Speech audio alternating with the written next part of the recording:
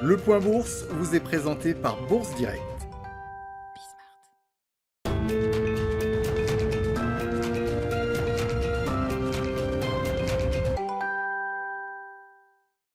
Bonjour à tous, la tendance est hésitante ce matin à la Bourse de Paris alors que les investisseurs suivront cet après-midi l'indice des prix à la consommation pour le mois d'avril aux États-Unis.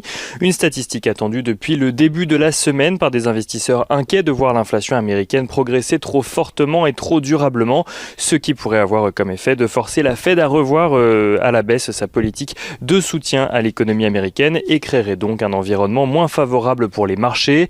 En cause la reprise de l'économie américaine mais aussi la flambée des prix des matières premières depuis quelques jours, dont les investisseurs craignent que les répercussions sur les prix soient trop fortes. La statistique donc sera publiée à 14h30. En attendant, les investisseurs ont pu prendre connaissance de l'inflation en France et en Allemagne ce matin. En France, tout d'abord, l'inflation progresse de 1,2% au mois d'avril sur un an, un niveau très légèrement en dessous de la première estimation de l'indice qui tablait sur une progression de 1,3%. En Allemagne, l'inflation s'accélère de son côté et dépasse en avril l'objectif de 2% fixé par la BCE, après l'avoir déjà dépassé au mois de mars. Dans sa version finale, l'indice des prix à la consommation en Allemagne pour le mois d'avril progresse donc de 2,1% sur le mois. Du côté des valeurs, à présent à suivre à la Bourse de Paris aujourd'hui, on note tout d'abord que EDF publie un chiffre d'affaires de 21,9 milliards d'euros au premier trimestre, en progression de 6,2% sur un an.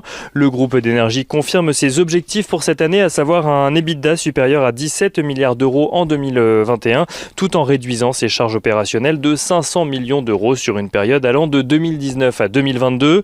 On continue avec Danone qui pourrait bientôt se trouver un nouveau directeur général selon le journal Les Échos.